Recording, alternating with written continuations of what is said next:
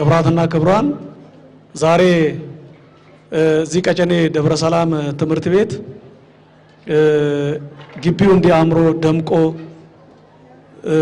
እዚህ ስለተገናኘን በራሴና በክፍለ ከተማ አስተዳደር ስም ላቅ ያለ ምስጋና ላቀርብላችሁ እፈልጋለሁ።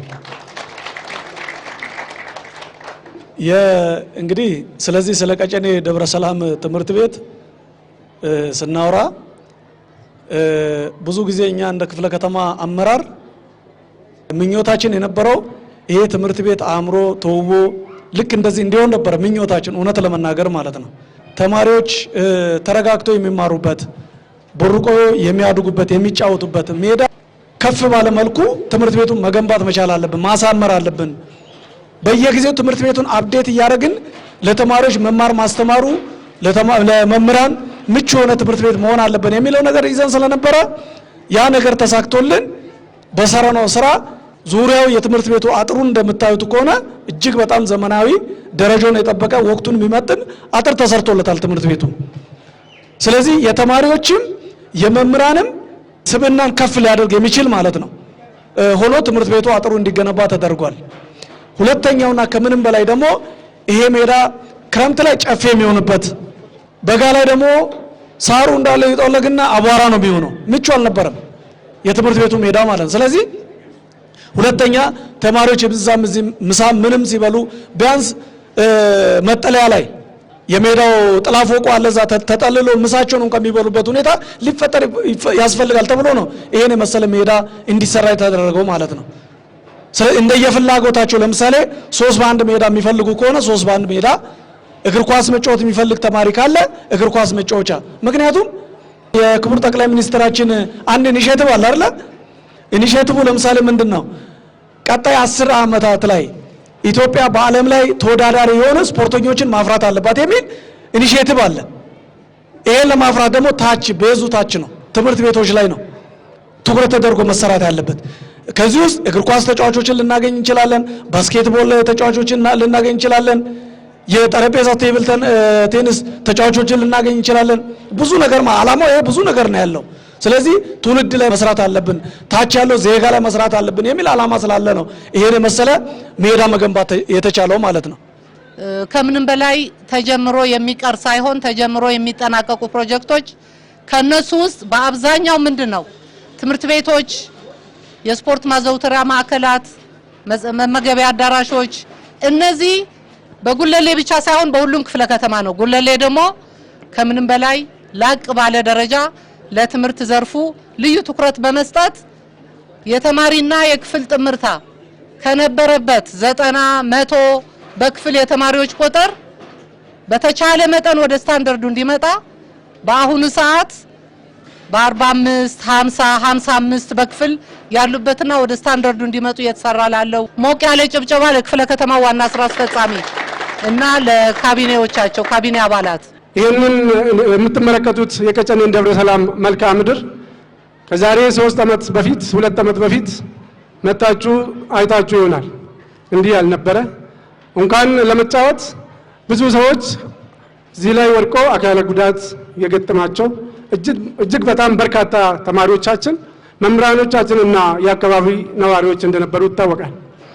ይህንን ትልቅ አሳይመንት በመውሰድ የጉለሌ ክፍለ ከተማ አስተዳደር ወደሞ አመራር አንድ ላይ በካቢኔ ጋራ በመወሰን ከትምህርት ቢሮ ጋራም አንድ ላይ በመስራት ይህንን የመሰለ እጅግ በጣም የተዋበ ለመጫወትም በጣም የሚያጓጓ ለአካባቢ ማህበረሰብም ክፍት አድርጎ ሁሉም ሰው በትምህርት ብቻም ሳይሆን በአእምሮም በአካልም የዳበረ ትውልድ ያስፈልጋል የሚል መሪ ቃል የጠቅላይ ሚኒስቴራችን መሪ ቃልን ወስዶ እየተከበረ ይገኛል። ለዚህ የጉለሌ ክፍለ ከተማ አመራር ወይም አስተዳደር የወረዳን አንድ ላይ ሞራል ይገባቸዋል። ሞራል ስጡልኝ። ይህ የስፖርት ሜዳ ለተማሪዎቻችን የአካል ብቃት የቡድን ስራን የውድድር መንፈስንና የስነ ምግባር የሚያዳብር ጠቃሚ ቦታ ይሆናል። ይህ ሜዳ የተማሪዎች ተሰጥኦ የሚገልጥበት የወደፊት ታላላቅ ስፖርተኞች የሚፈጠሩበት መድረክ ይሆናል። ተማሪዎች ወይ ይህንን ሜዳ በአግባቡ ተጠቀሙበት። በዲሲፕሊን ተጫወቱ፣ ጤናችሁን ጠብቁ። ለትምህርታችሁም ሆነ በስፖርት ዘርፍ ውጤታማ ሁኑ።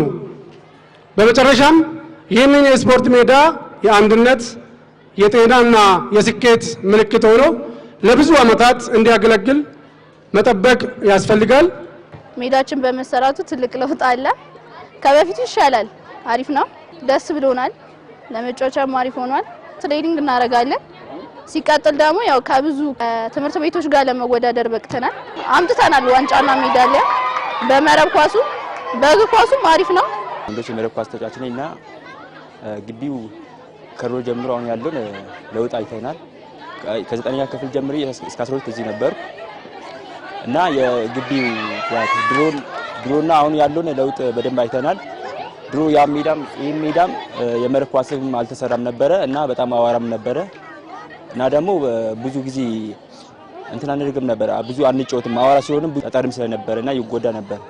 በፊት የነበረውና አሁን ያለው ጊዜ የተለያየ ነው ማለት በጣም በተሻለ ሁኔታ ነው አሁን ያለው።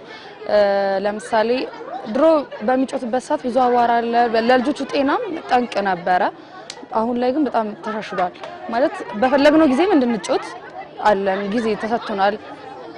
በትምህርት ሰዓት ሳይሆን በኖርማል ሰዓት መጫወት እንደምንችል በነፃነት እንድንጫወትም አድርገውናል። ብዙ ነገሮች ተደርገውልናል ማለት ነው። ደብረ ሰላም ሁለተኛ ደረጃ ትምህርት ቤት በርካታ ችግሮች የነበሩበት ነው። ማህበረሰቡ የሚያነሳው እስከ ከተማ ድረስ የነበረ ጥያቄ ነው። ይሄ ጥያቄ ደግሞ በእጅጉ ስፖርት ቦታ የለም። በክረምት ምንም አይነት መግባት አይቻልም። አጥር የለውም። የተመቻቸ የተደላደለ ትምህርት ቤት አልነበረም። አሁን ላይ ሙሉ በሙሉ የኳስ ሜዳውን ብታዩት፣ የእጅ ኳሱን ብታዩት፣ የመማሪያ ክፍሎችን አጠቃላይ ይሄ ምድረ ግቢውን በተመለከተ ውብና ጽዱ መሆን ስላለበት በዚህ ደረጃ የተስተካከለ የክፍለ ከተማውና የከተማው አመራር የወረዳው አመራር ከፍተኛ መስዋዕትነት በመክፈል የስራ ተሰርቷል። ደብረ ሰላም ሁለተኛ ደረጃ ትምህርት ቤት በዚህ ደረጃ አምሮ ተውቦ ማየታችን እንደ ወላጅ እንደ ነዋሪ እጅግ በጣም ደስተኛ ነኝ። ከዚህ በፊት የነበረው የዚህ የግቢው ሁኔታ በጣም ለሁለተኛ ደረጃ ትምህርት ቤት የማይመጥን ለተማሪዎችም ሆነ ለመምህራን የማይመጥን ነበር። ግቢው ጭቃ ነው፣ አቧራ ነው። በበጋ ሰዓት በጣም አቧራ ነው፣ በክረምት ደግሞ ጭቃ ነው። ተማሪዎቹም በፍሪ ሰዓታቸው የስፖርት መጫወቻ የመምህራንም ምንም ነገር የለውም ነበረ። በዚህ አመት ግን እግዚአብሔር ረድቶ ከላይ እስከታች ያሉት አመራሮችም ተረባርበውበት ይህን የመሰለ የተንሰራፋ ሜዳና ይህን የመሰለ ደግሞ የግቢው ውበት እንዲኖረው አድርገዋል። ለመምህራንም ጥሩ የሆነ በትርፍ ጊዜያቸው መምህራንም እዚሁ ኳስ ሜዳን እንዲያዘወትሩ ተማሪዎቹም ደግሞ ንቃተ ህሊናቸውን ስፖርት ተጫውተው ጠዋት ስፖርት ተጫውተው ነው ወደ ክላስ የሚገቡ። ትንሽ አይምሯቸውን ዘና አድርገው ትምህርታቸውን በጥሩ ሁኔታ እንዲከታተሉ አድርጓል።